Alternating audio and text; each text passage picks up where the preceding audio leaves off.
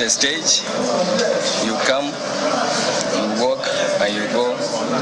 I'm happy I'm handing over to somebody I know that will carry the mantle of leadership from where I have stopped. We grew up in the job, we grew up together. I was his boss at the time, not even when I was age. He worked under me twice. We've been working together, and I know how he can go ahead to champion the cause of the police from where I have stopped.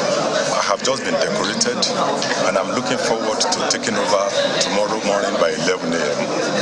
I really can't describe how I feel presently, but if I have to tell you anything, I will tell you that right now, I feel like a tiger inside of me, ready to chase away all the criminals in Nigeria. And some other time, I feel like a lion in me, ready to devour all the enemies, internal enemies of Nigeria.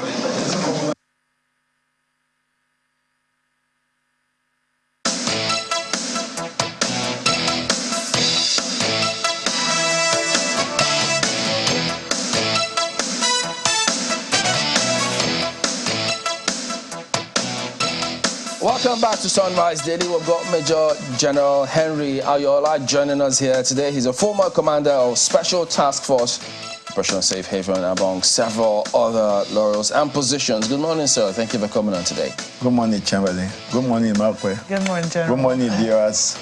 I'm sure we received the news of the service chiefs.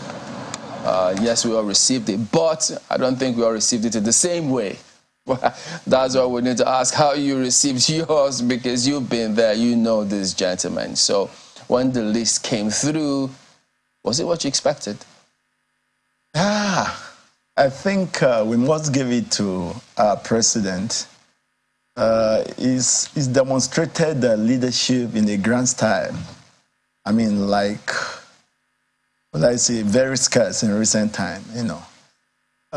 When you look at the, apart from the balance, apart from the zonal and, regional balance that we see, the quality of the officers, it's a testimony to what must have gone behind in thinking out and arriving at this list. It's a kudos to our president. Well, yeah, and then if you look at that list, well, we know the NSA used to be NSA, but now he's been elevated to the position of the NSA. So, okay, let me ask you. I mean, you were in the military, and then he was not. Is there any issue there whatsoever? Not at all. Interestingly, I've watched people comment on this since the appointments came out. I don't know where they're getting their ideas from. But let me just give a little background. The office of the National Security Advisor was actually started as what we call coordinator on national security by the decree number 19. That's the National Security Agencies Act now of 1986, which was the decree that de-established or disbanded the then Nigerian Security Organization, NSO, in 1986. And so 3 new organizations were created: the Defense Intelligence Agency, the National Intelligence Agency, and the SSS, or what we call Department of State Services. Okay, and then the Office of the Coordinator on National Security was formed to coordinate these 3 agencies, their intelligence activities. And the duties of the cons was the short form of it, cons, are clearly stated. I don't know if we have time, we look at those duties and see there are about 6 of them clearly stated, and each and every one of them related to those 3 new organizations. They've got nothing to do with the armed forces. So I don't know where people are getting the confusion from. Now, the Defense Intelligence Agency, of course, has a military officer as the head, who is called the Chief of Defense Intelligence. And here, in fact, that decree also says that he reports to the Chief of Defense Staff. He's directly responsible to the Chief of Defense Staff. that act also said for the other two, that's NIA and DSS, that they report directly to the president. So the work of the NSA, which was a change of nomenclature from that CONS to NSA, that was in January 1993. But it remained CONS from that 86 to January 1993. That was the nomenclature it was given. And that act has not been amended anyway. But somehow, maybe by presidential fiat, it was renamed NSA. And that was it. And the work of the NSA remained what that coordinator of national security is stated to do in that decree. Maybe we should take a look at it. There are 6 of them. That's section 4 of that decree number 19, that's Security Agencies, National Security Agencies Act 1986. Number 1 says that for the purpose of coordinating the intelligence activities of these 3 new organizations, okay? Not even, so the CONS actually does not even have administrative authority over them. It's just coordinating their intelligence. Of course, we know that even in reality, that's what obtains.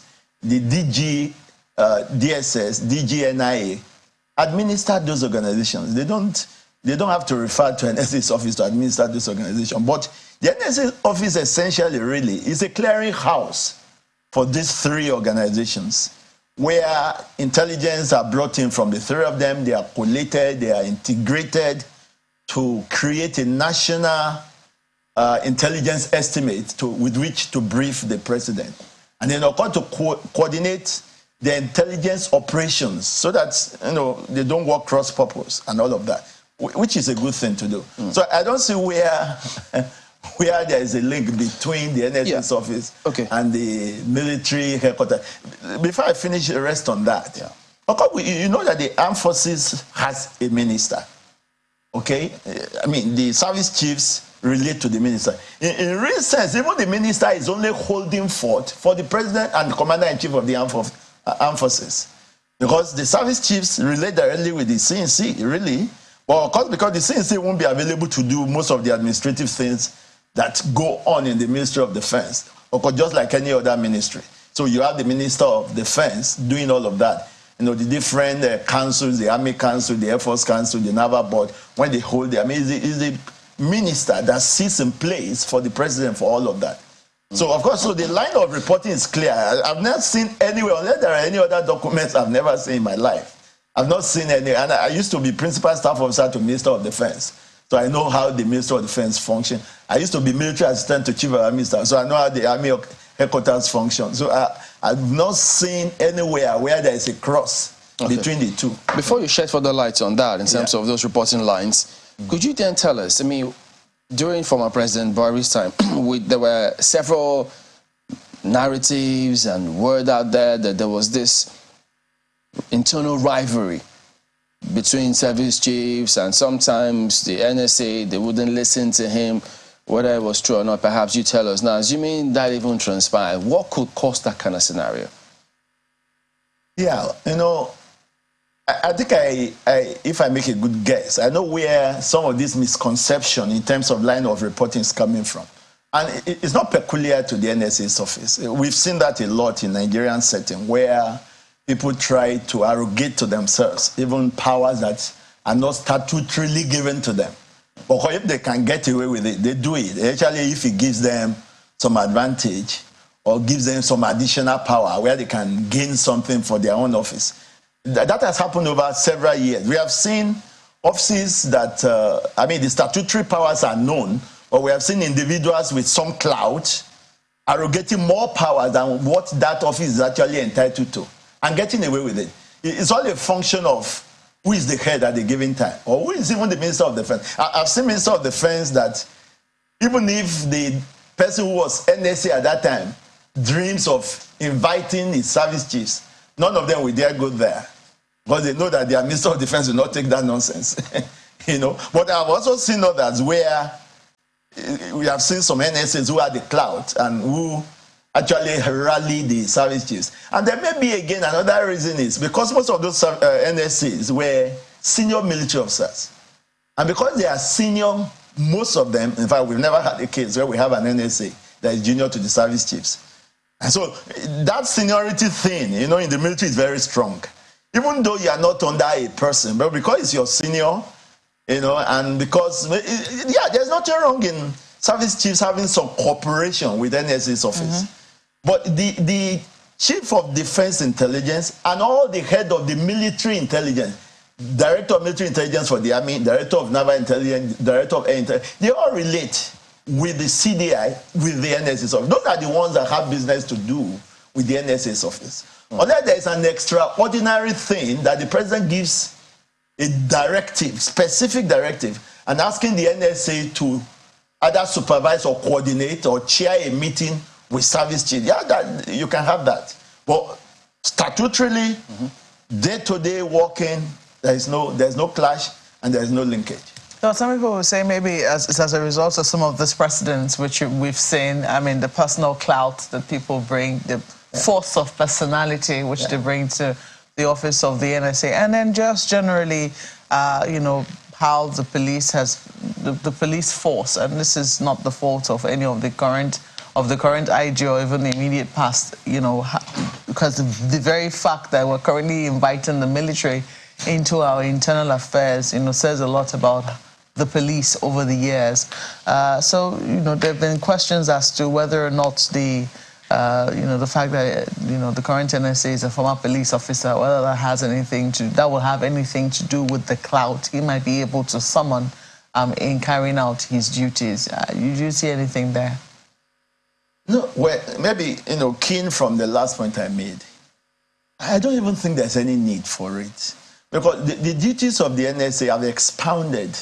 I agree with that, because again, I've made this point severally in several fora that decree of 1986 ought to have been reviewed and amended by now. I mean, you can imagine the challenges we had at that time compared with now. And don't forget, the main focus of that decree actually was to de-establish the NSO and create these three, new agencies. So you'll find that it's just more or less about all that, nothing more. It's just about 3 pages, so you can understand. Of course, yes, if there are, all it takes is to review it and do an amendment.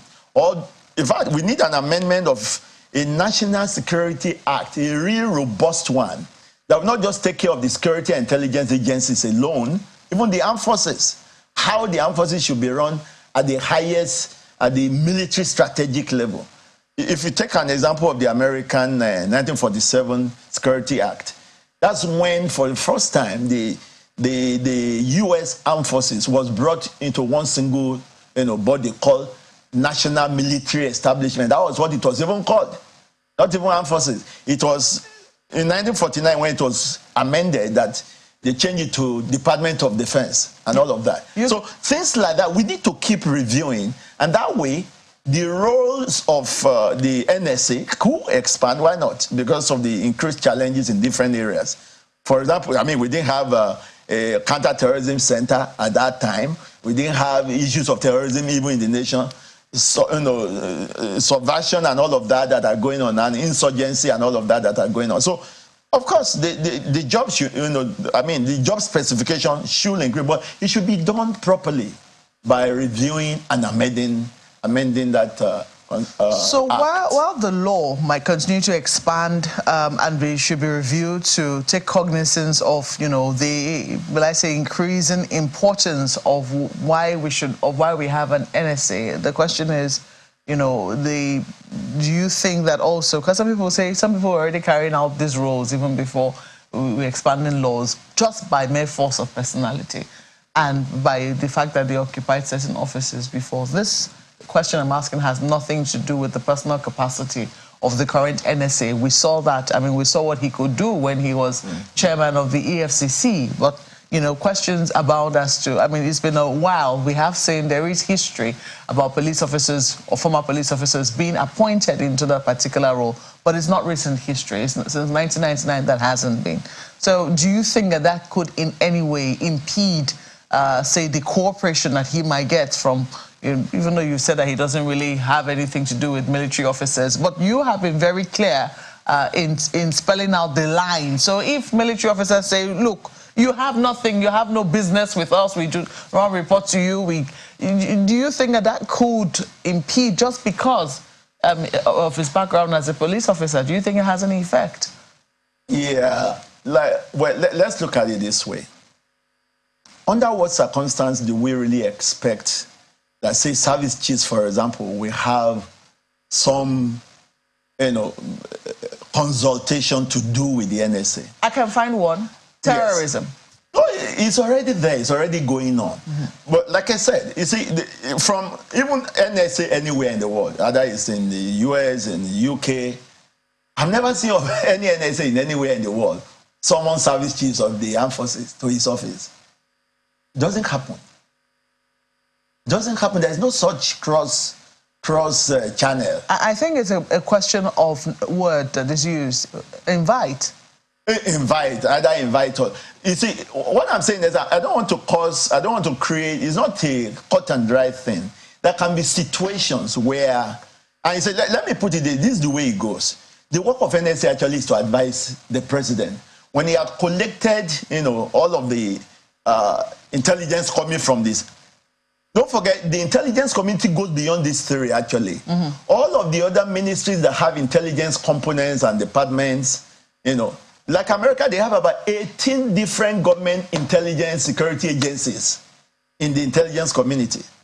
We need to also, that's one work for the new NSA. We need to craft ours and bring in that many private sector experts in different fields of security that should be brought into that, intelligence community. I've been an advocate of that for years now.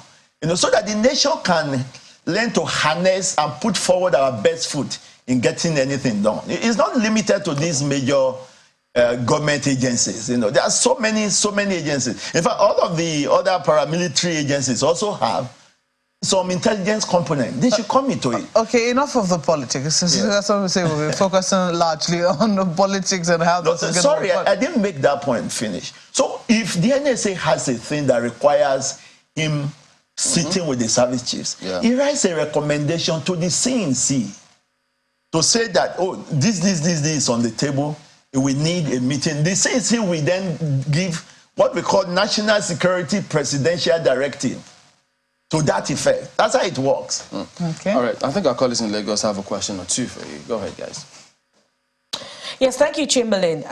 General Ayoola, just to be clear about certain things as regards the working relationship of the Office of the NSA and the service chiefs. Let me read this material.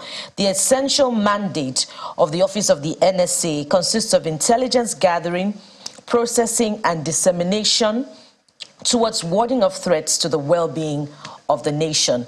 And I imagine that gathering and dissemination of this information, as you say, will first of all go to the office of the CNC before it gets to the service chiefs. So if that is the case, let's now cast our minds back to the administration of former President Muhammadu Buhari, where there was a jailbreak. What was the point of disconnect, if you could explain to us why intelligence failed, not just on that occasion, on many other occasions, and why that perception that there was a lack of synergy between the former NSA and the former service chiefs? Okay, thank you very much. That's a good example for us to take a look at. Well, I was privileged also to get close to what happened then, because I was on TV discussing that particular incident. And for me, I think, over time it has become fashionable for us to just drop the blame at the door of the intelligence community or the intelligence agencies. For me, looking at that jailbreak, I think it went beyond failure of intelligence. I don't even know whether there was failure of intelligence or not. But I saw many people who went there, they were not even asking the right questions. Because the first thing to ask is there a standing operating procedure for that correctional facility? When last was that standing operating procedure practiced? What was supposed to be an emergency response drill in that correctional facility? When last was it rehearsed?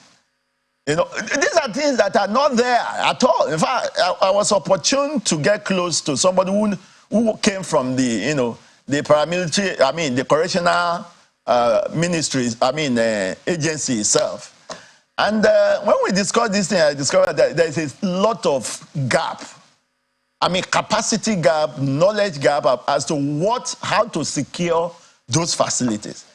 Look, intelligence, I'm trying to ask like I said, it's easy to put the blame on intelligence. When intelligence work actually ends at dissemination. Pardon me, let me come in there. I'm trying to ask you to tell us, independent of the individuals now, where do you think the intelligence may have failed? Was it at the point of it getting to the CNC before it was disseminated to the service chiefs? Or did the service chiefs fail or refuse to take up that intelligence and act on it? Okay, the point I'm making really is that I'm not of the view that intelligence failed. I don't agree with that assertion. There is no proof for that. It's just a casual, convenient way of where to put the blame. I can't. It's not like I'm holding brief for the intelligence, agencies. But I know from what happened, from the report, even from what I get from the correctional facility at that time, because I got involved in it, and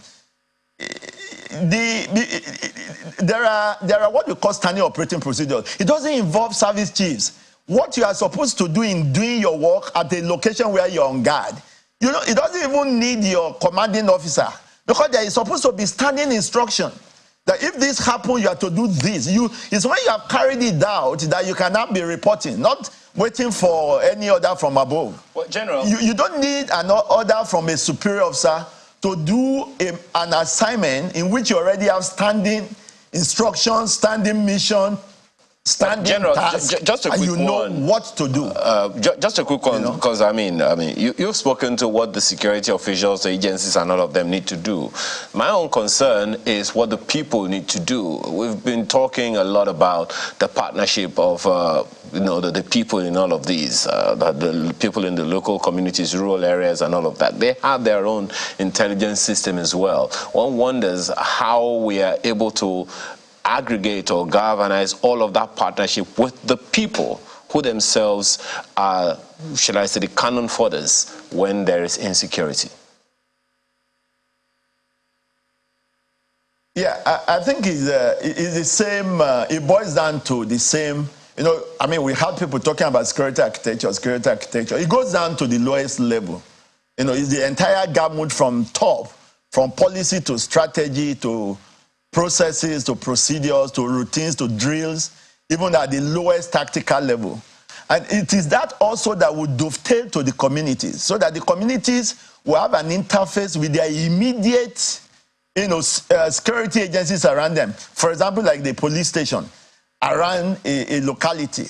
It is what they have come out with that will help the community to know how to respond, what they should, we have to report to when they see something, to say something, and all of that. So where that is not properly there, it's not been rehearsed, the people are not even aware, and there is no, emergency line to call when they even suspect something.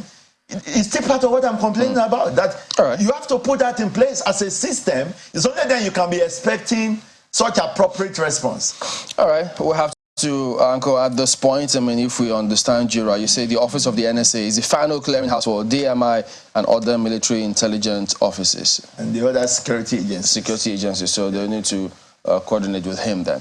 All right, we do thank you for coming on, Major General Henry Ayoola, former commander of Special Task Force Operation Safe Haven, among several other positions he held. Thank you. Always a pleasure to have you on. Thank you very much, Chamberlain. All right. Thank you, Mark. We're back in a moment. Stay with us.